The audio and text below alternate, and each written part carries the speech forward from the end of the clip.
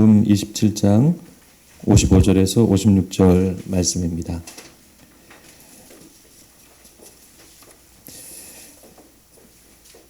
네, 마태복음 27장 55절, 56절 두 절 말씀입니다. 제가 읽어드리도록 하겠습니다. 예수를 섬기며 갈릴리에서부터 따라온 많은 여자가 거기 있어 멀리서 바라보고 있으니 그 중에는 막달라 마리아와 또 야고보와 요셉의 어머니 마리아와 또 세베대의 아들들의 어머니도 있더라. 아멘. 네, 오늘 추수 감사 예배를 하나님께 드리게 되어 기쁘고 감사합니다. 아름다운 가을에 한 해의 감사를 하나님께 올려드리는 뜻깊은 시간이 되고 있습니다.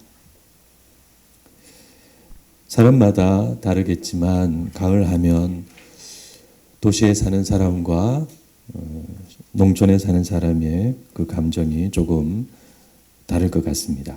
도시에 사는 사람은 가로수에 떨어지는 낙엽이 먼저 생각나고 그래서 가을 하면 쓸쓸한 감정이 앞서곤 합니다. 그러나 농촌에 사는 사람은 가을 하면 들판의 곡식과 나무의 열매가 먼저 생각나고 그래서 가을 하면 넉넉하고 풍성한 감정이 앞섭니다. 몇 년 전 가을 이맘때 저는 청도 근처 도로를 운전하고 지나가고 있었습니다. 청도하면 감이죠. 도로 주변의 산들이 온통 감이고 그 감나무의 그 감이 온 산에 주렁주렁 그 열매가 달려 있었습니다. 시장에서 보던 그런 감 한 상자, 두 상자 정도가 아니라 산 전체가 감이었고 그래서 그렇게 많은 감을 저는 그때 처음 보았습니다. 그러다가 길에 감을 파는 분이 있어서 차를 세우고 또 농장에도 들어가 보고 또 그분의 넉넉한 인심으로 감사하게 좋은 감을 싸게 많이 사올 수 있었습니다. 이런 말씀을 제가 먼저 드리는 것은 우리가 가을 하면 마냥 쓸쓸하게 생각하지 않았으면 좋겠다는 취지입니다. 낙엽이 떨어진다, 쓸쓸하다, 외롭다 이런 가을보다는 하나님께서 우리에게 베푸신 많은 열매와 감사한 일들을 돌아보는 그런 아름다운 가을이 되면 좋겠습니다. 하나님께서 이 가을에 여러분들께서 올리신 그 감사 제목을 기뻐 받으시고 또 여러분들의 마음을 더욱 감사하고 은혜롭게 하시기를 축원합니다. 이제 이렇게 감사라는 주제를 의식을 가지고 오늘 말씀을 보도록 하겠습니다. 마태와 마가, 누가 세 복음서는 예수님의 죽음과 함께 몇 명의 인물을 특별히 소개하고 있습니다. 소개하는 순서도 동일합니다. 첫 번째 인물은 지난주에 살펴본 백부장이었습니다. 두 번째 인물은 오늘 본문에 나오는 예수님을 섬기며 따라온 여인들입니다. 세 번째 인물은 아리마대 요셉입니다. 왜 세 복음서가 똑같이 이 인물들을 차례대로 마치 공식처럼 그렇게 기록하고 소개할까요? 여기에는 아무래도 의미가 숨어 있는 것 같습니다. 백부장을 통해 말하는 것이 있고 여인들을 통해 말하는 것이 있고 아리마대 요셉을 통해 말하는 것이 있습니다. 그리고 이 세 인물들의 의미는 어쩐지 서로 연결되어 있는 것 같습니다. 한편 마지막 복음서인 요한복음은 이 중 한 명만 말씀합니다. 바로 아리마대 요셉입니다. 그런 점에서 아리마대 요셉은 사복음서가 다 말하는 그런 특별한 점이 있습니다. 아리마대 요셉에 대해서는 다음 주일에 우리가 살펴보도록 하겠습니다. 오늘은 예수님을 섬기며 따라온 여인들에 대해서 살펴보고 그들의 신앙은 어떤 신앙이고 그들의 신앙 중심에는 무엇이 있었는지 살펴보고 은혜를 받고자 합니다. 우선 이 여인들은 단순한 여인들이 아니라 여자 제자들입니다. 이분들은 예수님을 따라왔죠. 단순히 갈릴리에서부터 온 여자들이 아니라 갈릴리에서부터 따라온 여자들입니다. 복음서에 자주 나오는 따르다라는 이 말은 제자를 의미하는 특징적인 용어입니다. 그래서 우리는 지금 이 마태복음의 말미에서 비록 너무 늦은 감이 있지만 예수님을 따른 제자들은 12만이 아니고 남자들만이 아니고 여자들도 많이 있었음을 알게 됩니다. 그러면 여자 제자들은 언제부터 예수님을 따랐을까요? 네, 이 질문에는 여성과 약자와 죄인들의 강조점을 두고 있는 누가복음이 잘 말해주고 있습니다. 12사도가 세워진 것이 누가복음 6장에서입니다. 그런데 여자 제자들이 예수님과 12제자와 함께 합류한 것이 누가복음 8장에서입니다. 누가복음 8장 1절에 3절은 이렇게 말씀합니다. 그 후에 예수께서 각 성과 마을에 두루 다니시며 복음을 전하실세 12제자가 함께하였고 또한 악귀를 쫓아내심과 병 고침을 받은 어떤 여자들 곧 막달라 마리아와 요한나와 수산나와 다른 여러 여자가 함께하여 자기들의 소유로 섬기더라. 네, 그러므로 우리는 여기서 알 수 있습니다. 여자 제자들은 예수님의 사역 초기부터 합류하였고 예수님의 말씀을 듣고 따르며 하나님의 나라를 공유하고 또 자신들의 소유로 섬겼다는 사실입니다. 그래서 마태복음은 조금 늦은 감이 있지만 오늘 본문에서 이와 같은 여자 제자들을 말씀하고 또 그 중에 대표적으로 몇 분을 특별히 소개하고 있습니다. 첫 번째 인물은 막달라 마리아입니다. 막달라는 갈릴리 호수 연안에 위치한 성읍이죠. 가버나움은 갈릴리 호수 위쪽에, 디베라는 갈릴리 호수 맨 아래쪽에, 그에 비해 막달라는 갈릴리 호수 중간 연안에 위치한 성읍이었습니다. 이분의 이름은 그냥 마리아인데 당시 여자 이름으로 마리아가 너무 흔해서 그래서 이분을 막달라 마리아라고 불렀습니다.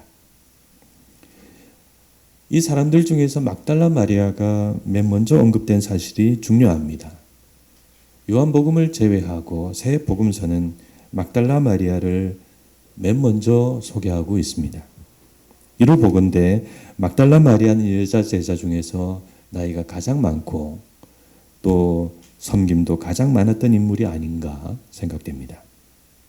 막달라 마리아가 섬김을 많이 하고 예수님을 전적으로 따랐다는 사실은 그녀가 부유한 과부가 아니었겠나 그렇게 추정됩니다. 두 번째 인물은 야고보와 요셉의 어머니 마리아입니다. 이분은 예수님의 모친 마리아가 아닐까 추정됩니다. 왜냐하면 다른 복음서를 보면 거기 예수님의 어머니 마리아가 있었다고 말씀하는데 예수님의 동생 이름이 야고보와 요셉이기 때문입니다. 예수님에게 동생들이 많았죠. 야고보와 요셉과 시몬과 유다. 그리고 여자 동생들도 적어도 2명 이상 있었습니다.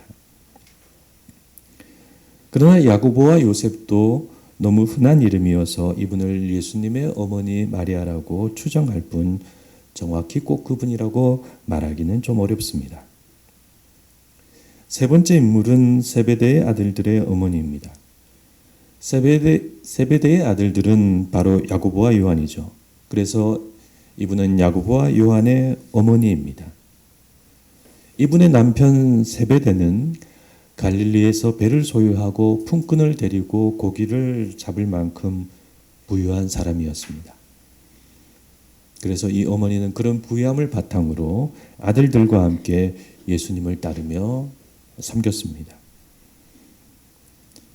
네, 예수님을 혼자만 따른 게 아니라 자기 아들과 함께 그렇게 3년을 그렇게 따라다니며 말씀을 듣고 행하신 기적들을 보고 했다는 것은 참 행복한 사람이죠. 네. 그런데 아시는 바와 같이 이분이 예루살렘 입성 전에 한번 실수를 하기도 했습니다. 한편 이분의 이름이 궁금한데 다른 복음서를 보면 동일 본문에서 이 자리에 살로메라는 이름이 나옵니다. 그래서 이분의 이름이 살로메가 아닐까 생각합니다. 또 한편으로 요한복음을 보면 그때 거기에 예수님의 이모가 있다고 말씀하죠.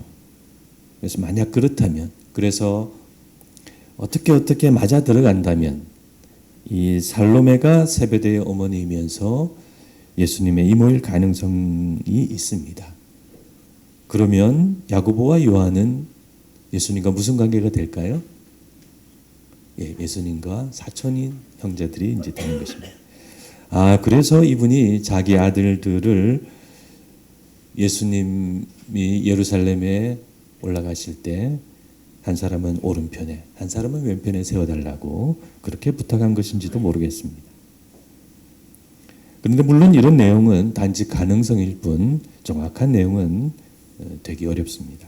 아무튼 지금 마태복음은 이 세 사람을 신실한 여제자들의 대표와 리더로 소개하고 있습니다. 네, 이렇게 세 복음서가 이 여자 제자들을 중요하게 이렇게 말씀하고 있습니다. 복음서가 이 여자 제자들을 지금 이렇게 중요하게 말씀하는 이유는 이분들이 너무나 신실한 분들이기 때문입니다. 갈릴리에서부터 예루살렘까지 그 긴 시간 동안, 그 긴 여정 동안 예수님을 따라왔고 무엇보다도 지금 예수님의 이 마지막 자리까지 따라온 것입니다. 앞장섰던 12제자는 지금 어디 있을까요? 그들은 지금 다 도망가고 없습니다. 어젯밤에 겟세마네 동산에서 벌써 그렇게 했습니다. 네, 충분히 이해는 갑니다. 예수님의 제목이 보통 제목이 아니죠. 자기를 왕이라고 말했다고 하는 반역죄입니다. 우리나라로 치면 예수님은 역적의 우두머리로 십자가형을 받은 것입니다. 그래서 그 죄라면 단지 그 한 사람의 처형으로 끝나지 않습니다. 제자들에게도 반드시 화가 미치게 됩니다. 그래서 그들은 도망갈 수밖에 없었던 것 같습니다. 그런 면에서 여자 제자들은 덜 위험했습니다. 당시는 남성 중심 시대였고 여자들은 덜 위험하게 여겨진 것입니다. 그러나 그럼에도 불구하고 거기 그 자리까지 간다는 것은 어렵고 힘든 일입니다. 왜 그렇습니까? 네, 모든 것이 이미 이제 다 끝났기 때문입니다. 그분의 죽음으로 모든 것이 소용없게 되었습니다. 하나님의 나라도, 그분의 말씀도, 그분의 가르침도, 그분이 주신 새로운 삶도, 또 내가 예수님을 따라다니며 헌신하고 애썼던 모든 일들도 다 수포로 돌아가게 되었습니다. 험악한 세상 속에 한 줄기 빛이 되셨던 예수님과의 시간은 한여름밤의 꿈처럼 되고 이렇게 비극으로 끝나게 되었습니다. 그래서 차라리 발길을 돌리는 것이 낫죠. 골고다 언덕의 십자가까지 따라가는 것은 슬프고 괴롭고 의미 없는 일입니다. 그러니 그 자리까지 어떻게 갈 수가 있겠습니까? 그런데 이 여자 제자들은 그 자리까지 갔습니다. 어떤 다른 기대나 목적이나 믿음이 있어서 그런 것은 아닙니다. 믿음이 좋아서 거기까지 간 것이 아닙니다. 부활은 생각하지도 못했습니다. 그러면 왜 거기까지 따라갔을까요? 네, 그것은 예수님에 대한 사랑과 감사 때문입니다. 막달라 마리아가 그 대표적인 인물이죠.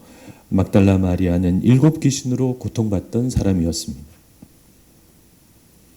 여러분, 귀신이 하나 정도가 지금 자기 안에 들어와 있어도 얼마나 괴로운지 모릅니다. 정신이 들었다가 나갔다가 정상적인 삶을 살 수가 없죠. 그러면 7 귀신이 자기 안에 있으면 그 얼마나 극심하겠습니까? 오늘날에도 이 귀신 들림 현상은 없다 할 수 없습니다. 직접적인 귀신 들림은 적지만 미신과 악한 영과 돈과 욕심과 거짓에 사로잡힌 그렇게 지배를 받는 사람은 많이 있습니다. 정치인도 그렇고 일반인도 그렇고 뻔한 거짓말을 아무렇지도 않게 하는 사람이 많습니다. 그것은 하나님의 말씀과 양심과 참된 말을 듣지 못하고 또 듣지 않는다는 점에서 귀신 들림과 그리 차이가 없습니다. 저희 집 앞에도 무당인지 법사인지 그런 집이 있는데 좋은 차를 탄 사람들이 늘 찾아오고 있습니다. 그러나 우리가 잘 살든 못 살든 진리와 자기의 힘으로 살아가야지 귀신과 우상의 힘으로 잘 살려고 하는 것은 인간의 자기를 격화시키는 안타까운 일입니다. 하나님 우리를 그런 존재로 창조하지 않으셨습니다. 아무쪼록 우리는 우상을 버리고 하나님 안에서 자기 힘으로 살아가는 인간 본연의 사람이 되어야 합니다. 막달라 마리아는 7 귀신으로 고통받았습니다. 막달라 마리아가 7 귀신으로 고통받고 유린당하고 있었지만 당시 누구도 도와주지 못했습니다. 바리새인, 서기관, 제사장, 성전당국, 지역의 마술사들, 무당들, 능력자들 아무도 못했죠. 그런데 어느 날 예수님이 오셔서 말씀으로 귀신을 물리쳐 주셨습니다. 어떤 행위도 어떤 의식도 없이 오직 권능의 말씀으로 그 일을 행하셨습니다. 그런데 알고 보니 예수님은 단순한 능력자나 귀신 축출자가 아니라 하나님의 나라를 말씀하는 메시아이심을 발견하게 되었습니다. 그래서 막달라 마리아는 예수님께서 자신에게 새 생명을 주시고 하나님의 나라까지 주셨기 때문에 자신도 예수님께 모든 것을 드리고 전적으로 그분을 따르게 된 것입니다. 조금 다를 수 있지만 여러분과 저도 모두 이렇게 해서 예수님을 만나고 예수님의 제자가 된 줄 믿습니다. 그때나 지금이나 모든 사람은 다 이와 같은 방법으로 구원을 받고 예수님의 제자가 됩니다.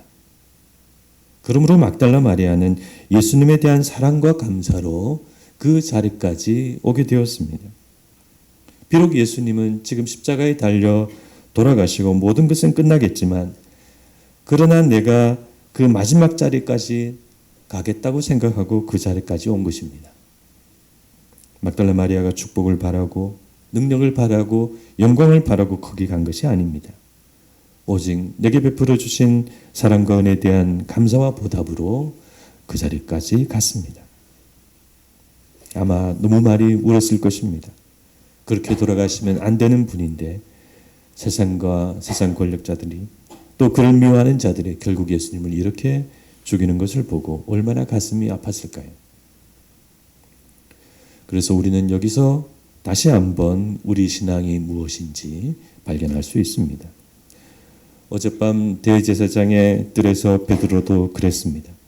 베드로는 주님을 3번이나 부인하고 저주까지 하고 그래서 심히 통곡했습니다. 자신에게 생명과 구원과 모든 것을 주신 주님을 자기 입으로 3번이나 부인한 것입니다. 베드로는 그런 자신의 추악한 모습에 통곡했습니다. 그러므로 우리는 여기서 우리 기독교 신앙의 본질과 본연의 모습을 발견할 수 있습니다. 신앙은 그분에 대한 사랑과 감사입니다. 우리의 믿음 중심에는 그것이 꼭 들어있어야 합니다. 나를 구원하시고 새 생명 주시고 사람다운 사람으로 만들어 주셨습니다. 물론 우리는 신앙을 가진 후에도 여전히 돈을 벌고 일을 하고 일반 사람들, 세상 사람들과 똑같이 삽니다. 그러나 영적으로는 다릅니다. 우리는 하나님의 나라를 바라보고 하나님의 뜻을 마음에 품고 영적으로 새 삶을 살고 있습니다. 하나님과 관계를 맺고 그분을 향한 사랑과 감사 속에 살아가는 사람들입니다. 그래서 우리 신앙은 내가 잘 살아보려고 엎드리고 절하고 무언가를 빌고 지배를 받고 그러면서 신을 교묘히 조종하려고 하는 그런 기복이 아닙니다. 또 우리 신앙은 내 안의 더러움과 추악함을 감추기 위해 거룩함을 추구하고 거룩함을 가장하는 그런 종교와 의식도 아닙니다. 또 우리 신앙은 인간 존재와 한계를 넘어서고 그래서 영혼과 신 존재를 추구하는 그런 초월과 신비주의도 아닙니다. 내용이 없는 신비주의는 한낱 거짓에 불과합니다. 그러나 우리 신앙은 다만 나를 구원해 주신 그분의 사랑과 은혜에 고마워서 우리도 어떻게 하든지 거기에 감사하고 보답하려고 그분의 뜻을 따르며 살아가는 것. 그것이 우리의 신앙입니다. 그래서 우리가 신앙을 어렵게 말할 필요가 없습니다. 뭐 이거 해야 된다, 저거 해야 된다, 뭐 그런 것들을 가지고 많이 이야기할 필요가 없습니다. 하나님에 대한 사랑과 감사, 하나님의 은혜에 대한 보답, 그것을 잘하며 살아가는 것이 좋은 신앙입니다. 우리가 그렇게 살아가면 하나님께서는 다른 모든 것들을 우리들에게 더해 주십니다. 막달라 마리아는 예수님에 대한 사랑과 감사로 여기까지 왔습니다. 막달라 마리아 외에 이름 없는 다른 모든 여자 제자들도 마찬가지일 것입니다. 그 은혜를 생각하면 할 수 있는 것이 그것밖에 없어서 거기 눈물 흘리며 그 자리를 지켰던 것입니다. 그러므로 우리도 그런 신앙이 되어야 하겠습니다. 우리의 마음과 생각 속에 하나님에 대한 사랑과 감사가 있고 하나님의 사랑에 대한 보답이 그런 의식이 꼭 있어야 하겠습니다. 화려한 예배당에 앉아 있어도 그것이 없으면 나는 신앙이 아니고 기복이고 종교이고 의식이고 신비주의에 불과합니다. 그래서 부족한 저도 그런 마음을 가지고 지금까지 신앙생활을 하고 목사 생활을 해왔습니다. 제가 목사로서 일하고 생활하는 것은 하나님에 대한 저의 사랑과 보답이죠. 그래서 목사로서 제가 받는 대우나 조건은 중요한 것이 아닙니다. 영적으로 보면 이미 저는 하나님의 사랑과 은혜를 받았고 그것은 제가 돈을 이미 받은 것이나 마찬가지이기 때문입니다. 저와 제 가족이 생활할 수만 있다면 저는 목사 생활을 하는 것이 하나님의 사랑에 보답하는 저의 일이라고 믿습니다. 그래서 선교단체에 있을 때나 또 개척교회를 할 때나 사역이 잘 안 되고 어려울 때는 혼자 그렇게 생각했습니다. 얼른 생활이 안 돼야 될 텐데 그러면 나는 하나님 여기까지인가 봅니다 라고 말씀을 드리고 목사를 안 해도 되는데 그러면 나는 작은 일을 하며 살아가면 되는데 그렇게 생각하곤 했습니다. 오늘 좀 이상하게 들리시죠? 어쨌든 하나님과 저 사이에는 물론 제가 혼자 하나님 앞에 주장하는 거긴 하지만 개인적인 그런 묵계 같은 것이 있었습니다. 생활이 되면 따지지 않고 하겠습니다. 그러나 생활이 안 되면 하나님의 뜻이 아닌 줄 알고 그만하겠습니다. 그런데 하나님께서 은혜를 주셔서 지금까지 잘 생활해왔고 또 목사로서 일하고 있습니다. 이것은 하나님과 저의 개인적인 이야기이고 자랑도 아니고 과장도 아닙니다. 있는 그대로 이야기를 드리는 것입니다. 그러므로 여러분과 하나님 사이에도 그런 사랑과 감사와 보답의 이야기가 있으셔야 될 줄 믿습니다. 여러분은 하나님께 어떻게 감사하며 보답하며 지금 살고 계십니까? 또 여러분은 만약 할 수 있다면 하나님께 어떻게 감사하고 보답하며 살고 싶으십니까? 신앙은 다른 것이 아니라 사랑이고 보답입니다. 아무리 믿음이 좋아도 그것이 없으면 아무것도 아닙니다. 아무쪼록 여러분의 평생에 그런 사랑과 감사와 보답의 이야기를 마치 어린아이가 밤에 따뜻하게 일기장을 쓰듯이 그렇게 행복하게 써내려 가시는 여러분이 되시기를 간절히 축원합니다. 추수감사절의 기쁨과 은혜가 여러분 모두에게 가득하시기를 축원드립니다. 기도하시겠습니다.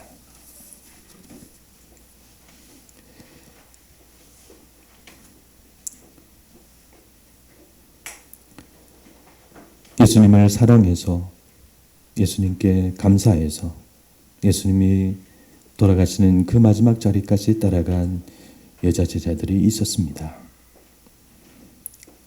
아무것도 바라지 않고 오직 사랑과 그 감사에 대한 마음으로 눈물을 흘리며 그 자리에 있었습니다.